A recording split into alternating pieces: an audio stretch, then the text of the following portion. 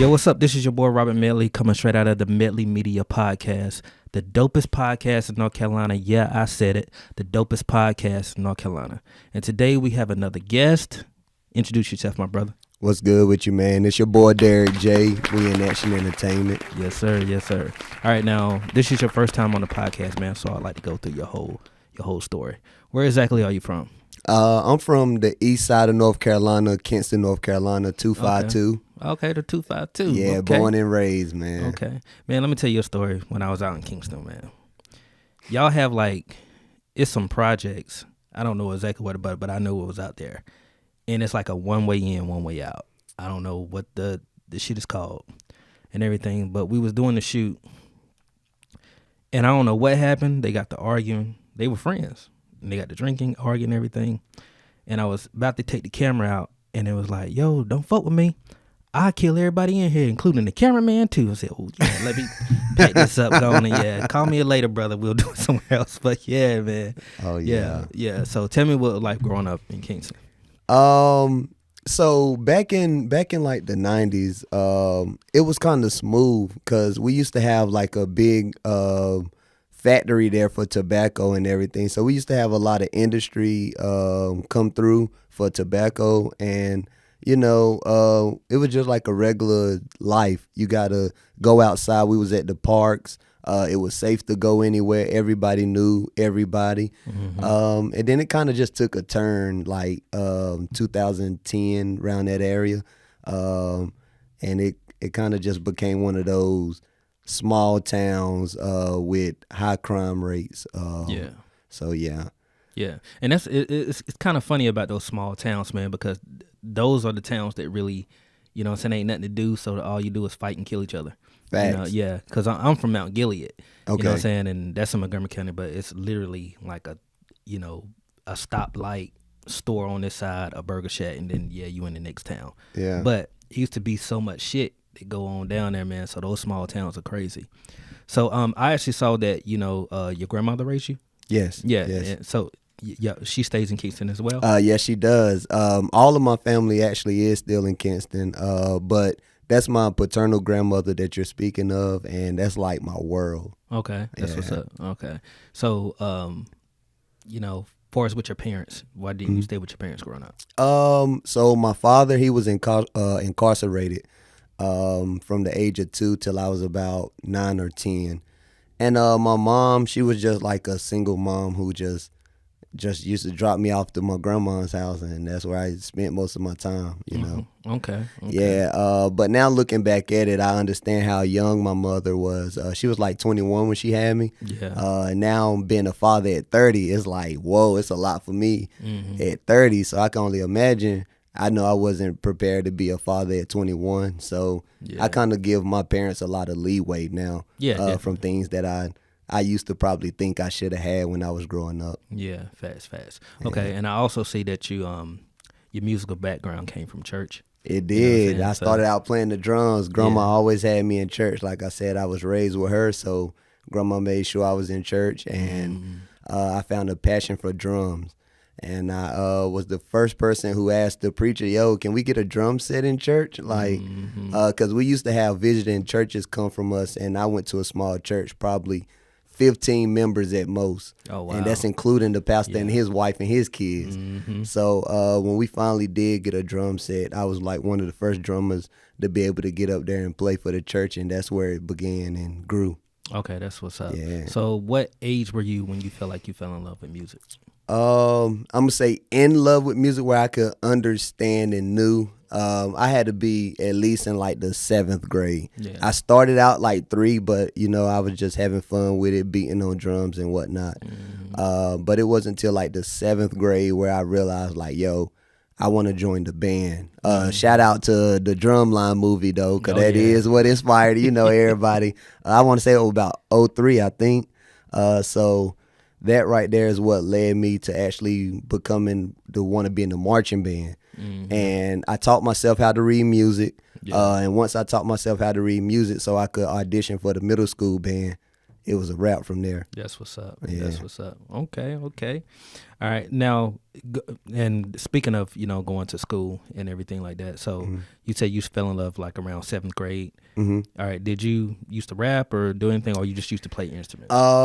So I only play instruments, but I did used to.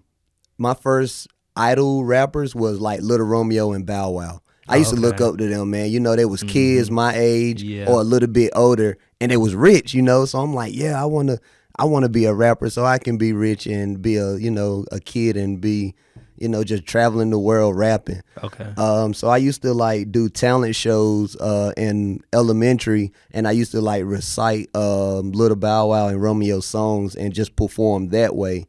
I've always been a performer, but not necessarily a rapper. Like me coming up with the words and off the top of my head, nah, that's never been me. Okay. See, now when they was beefing, was you on that Little Bow Wow train or was you on the Little Romeo train? I'm gonna be honest. I really didn't. I wasn't even torn between the two because I don't know. They swag was different. Like I felt like Romeo, he was really that fun child that showed you like, oh man, it's still good to be, a kid and whatnot. And Bow Wow, he was kind of like, all right, I'm a little rough around the edges, I'm hanging with Uncle Snoop, and so it was like it's still like a little gutter. So that's kind of what I liked about Bow Wow. So I guess I did listen to Bow Wow more than Little Romeo. Yeah, and plus he was on 106 and Park. Yeah, like you crazy. feel me?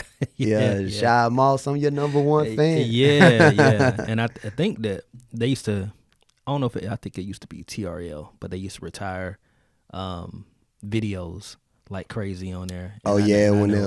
And I know with Bow Wow, he used to call himself Mr. 106 and Park because he was always on 106 and Park and shit, man. Yeah, shout out to 106 and Park. I don't think there's gonna be another. We used to run in the house 6 p.m. Yeah, making sure you got to see it, man. Yeah. You remember 106 and Park? Yo, that's before your time. Before your time. Yeah, that's what's up. Now tell me a little bit about college life. You know what I'm saying? All right. So I was a music major.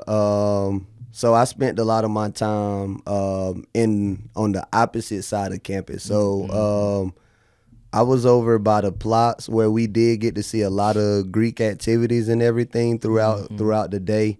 But I was also in the band. And that took up like 75% of my time. Okay. So I my college days was good, but most of my networking and fun was happening in band. So when I was going on band trips and trying to just live the college life, it wasn't there for me because we was mostly working, but we had fun in between time. Yeah. I didn't get to really party a lot in college. My junior year, I did end up pledging Omega Psi Phi. Still was in the band, so a lot of that got cut short. And then right after that, I had graduated. So my fun college story, it ain't really one.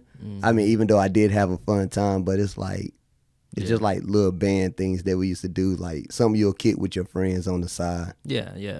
That's interesting, man. Me and you have a lot in common because I went to the School of Music at UNCG. Okay. Yeah, I was a chorus geek. Yes. Yeah. So you sing? A little bit. Oh, okay. That's what's up. Yeah. Just a little. You hear this voice. Back in the day, I used to serenade the women. R&B singer. Him talking on the chorus on the hook. Yeah. Girl, see the things that I do for you. That's it. When it's raining outside and everything. Yeah, that's what's up, man. So now after college, what was that life like? All right, so after college, I went active duty into the military. Okay, cool. I spent about a year in Cuba, a year in Germany, and 2 years in Korea. Wow. And from there, I came back. So let's say 2019. So up until 2019, I was on my career of being in the military. I was an officer. And basically just doing my tours overseas. And then when I kind of came back, I got into law enforcement because I was thinking like, all right, what should I do now that I'm getting out the military? I was like, the person who was hiring at the time was Gifford County Sheriff's Department. So I was like, hey, let me go and apply. Okay. Ended up getting it, and yeah, it's not something I really wanted to do. I feel you. It wasn't something that was actually in my heart. And that's kind of where I steered toward making my own label. And that's where We in Action Entertainment was created, actually. Okay, that's what's up. And how long has the company been up? For 3 years. So okay. yeah, well, November will make official 3 years that Okay. I actually had an LLC and everything. Fast. Okay, now take me that journey of getting the company up and running. All right. So the way this started, I started out producing kind of in middle school. When I was into the band, I got into electronical music, and I figured out how to work Logic Pro because one of my friends had gave me a laptop and he had Logic Pro up there, and I started playing around with it. Yeah. Now, I always knew I had like drum beats and things in my head and melodies, but I didn't understand how to put them down. So one day I kind of just figured out how to do that. And then I figured out, like, okay, in order to get this how I wanted to sound in my head, it's going to require a lot more work that I just wasn't willing to put in. But I had like 4 friends that was also producers who I loved the way they make beats. But they wasn't they was kind of just doing it as a hobby. They didn't really know how to put things together and get their music out or market themselves. So what I kind of did, being business minded, I kind of just started talking to them and helping them out along the way, because I knew how I would move my beats if I was to be able to create what I wanted to hear. So I just took the knowledge of how to market to them, and then after a while, I was like, you know what, man, instead of just doing this for producers, let me do this for artists, because I have a brother that raps. And I was like, yo, you know what? We been trying to get someone to sign you. How about this? I'm going to sign you. I got my own label now, and that's kind of where it was going. Okay. And then I seen that even though I had started this for my brother, it was other artists in North Carolina that really needed the guidance and the help in order to make sure that they don't get taken advantage of. Fast. And I just wanted to be able to spread the wealth and the knowledge of, like, all right, so this is what's going on. This is how we can begin to build generational wealth. And you can you don't have to worry about nobody taking advantage of you or anything like this, because this is the know and how to do. Yeah, fast. Okay, now what was your first artist that you signed? So my first artist was Cash Addison, which is my brother. Okay. So shortly after him, I had got my first. I was thinking, like, yeah, I'm about to be the biggest record label in North Carolina. Let me go ahead and take over each genre. So I went and immediately found me a singer, an R&B singer. Okay. That ended shortly. We did one EP for her, and like, she was like, oh my God, it's the best thing anybody ever has done for me.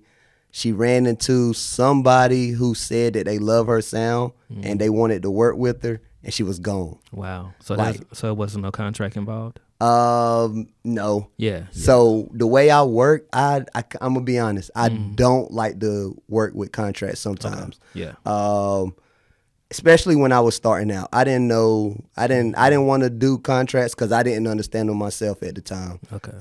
And I was just trying to help those who wanted to be helped. And I think my contract is with the Most High, honestly. A lot of times when I'm doing this is, I don't think it's me, honestly. It's coming from a higher source that helps me lead others. So for me to try to put somebody on paperwork saying only I can help you and only this and that, I kind of try to steer away from, and then just knowing that all good things is going to come to those who put it out there into the earth. Yeah. Now, I agree with that, you know what I'm saying, but coming from a business standpoint, you know what I'm saying, contracts, when people think of contracts, they think of, you know what I'm saying, there's a whole bunch of money involved and this and that, and you have, a contract this thick. No. A contract can be one piece of paper that says, this is what I'm going to do, this is what you're supposed to do. And then we come together and do it. Whenever that, I used to have my label, we used to do 50-50. You know what I'm saying? Everything that we put in, everything that we get back, 50-50 between me and that artist. And all it's saying is, it's like, because somebody can easily if you're working with an artist and you're putting money into them, somebody from Atlanta can say, well, I'll give you this much money if you come fuck with me. And it won't be the best, situation for that person, but all they see is someone doing something that you're not doing. You know what I'm saying? So it's easy for an artist to say, yo, well, let me go over here and see what they got. A lot of people are band jumpers, you know what I'm saying? Like they're not loyal. And so a contract is really just saying, just protecting yourself and the money that you spent with people. So if you have a artist on contract and everything, and it's like, yo, you're putting all this money in, and then somebody can come and just scoop them up like that, yo, you're out of 10,000, 20,000, or whatever you invested in that person. So that just covers, yourself and it's a fine line, because I know a lot of people, when they have managers or they're managing someone or the people on the label and stuff like that, yes, it's a family, but at the end of the day, it is business. You know what I'm saying? So, and that's just trying to get the artist to the next level. Is like, yo, nobody's going to work with you for free, basically. You know what I'm saying? Like, it's, and you really have to set that tone, because people will say, well, I want something from you. I want this much money from you. I want this and that. It's really not genuine. You know what I'm saying? So that's the reason why I tell artists, I was like, yo, you can work with anybody that can give you $50,000 to $100,000 and everything, but are they genuine? Do they really care about your music, or are they just trying to get a bag off of you? You know what I'm saying? So all the contract is saying is like, yo, we're family, but we still got to get this done. You know what I'm saying? So that's really what I would do. You know what I'm saying? Not telling you should do that, but you know what I'm saying? It's just protecting yourself, protecting the artist, because if you don't hold up your end of the deal, yo, you're breaching contract. If they don't hold up their end of the deal, they're breaching contract. Thanks. So, you know what I'm saying? So it's just like that. But I really feel like that a lot of artists don't see it that way. It's like they got that perception in their head. This is what it is, and what they portray on TV, what people portray on TV and everything like that. And it's not like that. You know what I'm saying? So even though you have, you're working with people that are calling you family, you know what I'm saying? You do have to have that therapeutic and that business relationship also, just to have it therapeutic. Yeah. You know what I'm saying? But that's just my opinion though. But yeah, man, hell yeah. So all right, so the things didn't work out with that artist. Who was the next person that you signed? That you started working with? So from there is where I ran into Dessiblue. Dessiblue. Yeah. So I was at this open mic called Why Not Wednesday. Okay. Shout out to Hugo. Hugo, yeah. Shout out to Hugo, my boy Hugo. What up? Yeah, that's my boy Hugo. But I had heard her out of everybody. It was like, man, I don't know. It was just something that I had heard, and it was something special. And then I come to find out, I was like, yo, she got a manager. Is anybody helping her anything? And I ran into her momager. And I kind of just spoke with her, kind of gave her my business card, let her know I was trying to do. Yeah. It didn't work out then. Like it wasn't like something that had just happened. This was probably back in I want to say like October. Mm-hmm. Was it before that? It had to be like a year in advance though. Like this was like October 2021 or something. Okay. But fast forward a year later, I see a post of her in a car, and it's a reel of her rapping something, and I immediately went from her post, found her mom page, and DM'd her like, hey man, she has it. I want to help y'all like exploit her, because she has exactly what the world needs to hear. And that's kind of how it went. And we sat down over dinner. I met Dessiblue, and then the chemistry was there, and it was kind of all she wrote with the first day of being famous. Mm-hmm. And it's magic. Okay. Yeah, day one of being famous. Okay, so what sets Desi apart from other female rappers? Man, her delivery, like the way she sounds on the mic is the way she sounds in real life. Like she's not going in the mic trying to put no bass in her voice. It's not too high pitched. She's not trying to be gutter. Thanks. It's strictly her authentic voice, and she talks about things that she relates to. She's not trying to be hard. She's not trying to be nobody that she's not. It's is her. And like the way she just comes off the top with her wordplay, she hits you. I'm talking about first lines punch you in your mouth every time. I'm like, you'll listen to the beat, you be like, all right, let's see. You might, if you see her on the camera, you be like, okay, what this little light skinned girl about to do? And then she open her mouth up and you just. That's what's up. Everybody phones coming out at that point now. So yeah, it's it's amazing though, man. It's just something like when you get chills when you hear certain artists, that's when you know. Okay, that's what's up. All right, so do you label her as a rapper or as an artist? I always say she's a female artist. Because it is a difference. It is. It's definitely a difference. I would definitely say she's an artist. But she is a great rapper because you can put her on anything and she's gonna wrap it up. We're gonna see if we can get her into singing though one day. Yeah. We're gonna see because she loves to sing. Yeah. Yeah, I would definitely say she's an artist though because of how her penmanship is and the way she can actually articulate some things, like the way I don't know. I'm gonna say I guess it's more so she a lyricist. Okay, that's what's up. That's what's up. And what I mean by is she a rapper or an artist is because, anybody can rap. You know what I'm saying? The artist is, they can rap, but they also have that business mindset for longevity. You know what I'm saying? So when you look at Desi, you be like, yo, is she ready for the long nights? Is she ready for the grind? Is she ready for staying up 2 nights to get 6 songs done that she needs to get done for a project? Is she ready to do a show and then have to go straight to New York City to be on the Breakfast Club and then go to another, show right after and then go back to North Carolina to do another set? Yeah. Like, that's what sets the men from the boys and then the women from the girls, you know what I'm saying? So that's what I mean, as a person is so that's where I say, is she a rapper or is she an artist? Because those artists are ready for that long nights. I see so many talented, rappers and singers, but their work ethic is shit. You know what I'm saying? So not to throw any shade on, one of my artists that I used to work with, you know what I'm saying? And we already had this conversation, so it ain't like, it's anything new. But, I used to have this girl named Keynotes. Great singer, man, from Fayetteville, North Carolina. And this is the reason why I built the studio for her. Can sing her ass off, but that work ethic just wasn't there, man. You know what I'm saying? And that's where we had that falling out. And it was like, yo, I can't get in the studio and sing for you. You know what I'm saying? Yeah. And just because you have free studio time here doesn't mean that you can bullshit. You know what I'm saying? You wasting my time. I could be out shooting, 4 videos or 3 videos and you getting some bread. But, I'm in here with you, so you can't waste that time. And plus, it's just getting artists ready for the real world. So if you're in the studio with Jay-Z, you think Jay-Z's going to wait for you 4 hours, 6 hours for you to do a verse? Hell no. Yeah, You're going to have to be on top of your shit.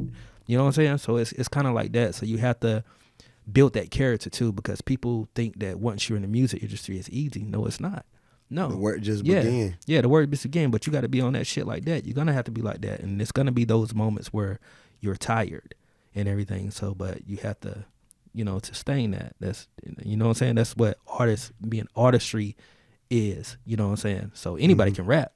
Nigga, I can put some words together and call myself a rapper, but am I ready to be an artist? And be dedicated to it. Yeah. Exactly, man. So, yeah, man, that's dope. So, with Desi, a year from now, what do you see her doing? Or what do you see her at?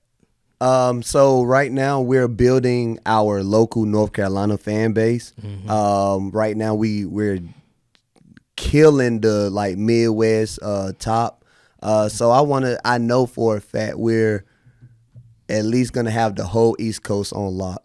Within a year, we're gonna have the whole East Coast on lock. Dessiblue's name is gonna be ringing bells on the East Coast. In a year, that's probably too much time saying, but definitely. That's what's up. Okay, all right, Desi, get it.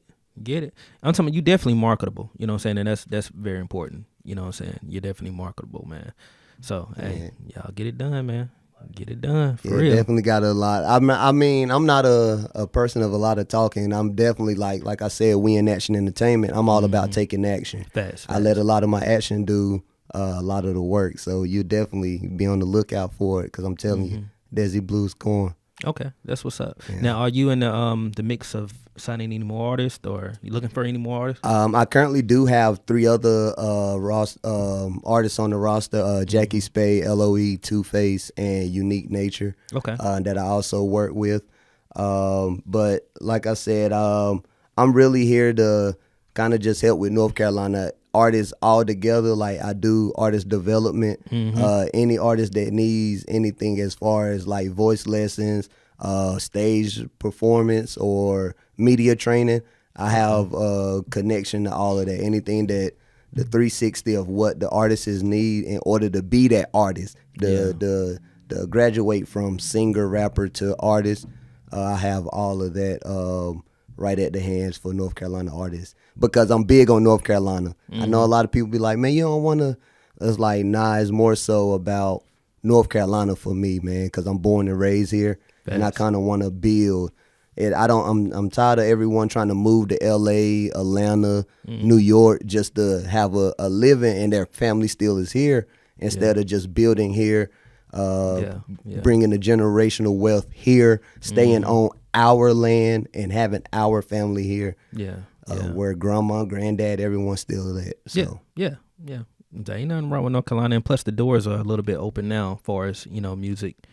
You know what I'm saying? But, because of the baby and, some more people and shit. But, yeah, that's what's up, man. Okay. Yeah, it seemed like you got stuff together, man. So, I always like to throw a little knowledge and stuff because I've been through it. But, you know what I'm saying? I took a break from the label thing, man. So I just wanted to do some other avenues and stuff.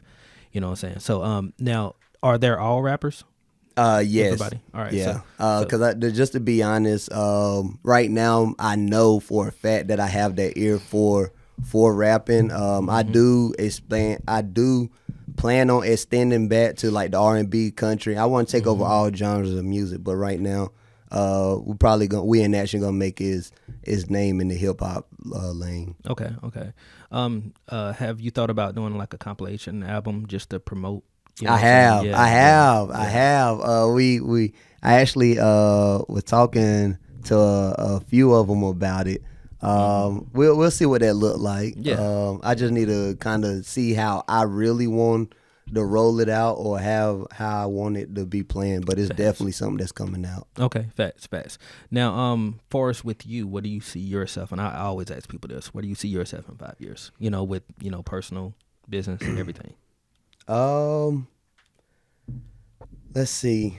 5 years from now, that'll be 28. All right. I'm gonna have a. Yeah, you'll be 28 in 5 years. Oh no! I'm saying in 5 years that'll be 2028. Oh, okay. Nah. I'm like, damn.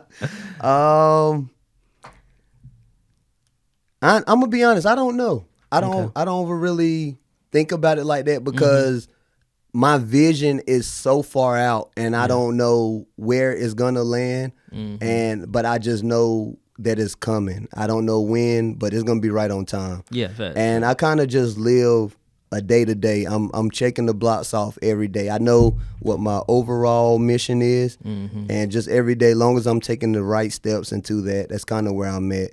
I don't like to stress myself out with, okay, in 5 years I'm gonna have this and have that, and then by the time it gets here and I ain't there in 5 years, now it's like, Yeah. But I don't know. Because I know it's good to have goals, but like I said, I wake up daily and set goals and kind of shoot from the hip like that. Yeah.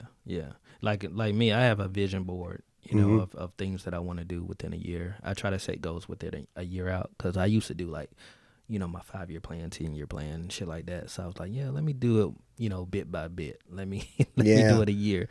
You know what I'm saying? So yeah. So I usually don't overshare this though, but the reason why I don't do those plans is because in the military, man, in the military you kind of plan your career out. Like when you get in, they kind of try to tell you like, all right, this is what you want to do, or you tell them what you want to do, and they kind of tell you like, all right, well, if you ain't doing this by this, then you're probably not fit for the military, right? Yeah. So anything that deviates from what they tell you, it kind of makes you feel like a failure. Yeah. So early on, I was kind of like, I ain't gonna say I was. I guess I frowned upon like making huge goals, and if it doesn't hit by that's what's wrong with a lot of the world today. We think by 30 we gotta have kids with a husband, be married with a big house, 2 cars, making $60,000 a year or anything like that. That kind of, I don't know. I just feel like a lot of things like that, when I'm trying to think about making goals, I can get in the realm of thinking materialistic things. And that's not where I want to be. As long as in 5 years I'm healthy, I'm breathing well, and everyone around me is doing well, and we still being genuine people, sharing love.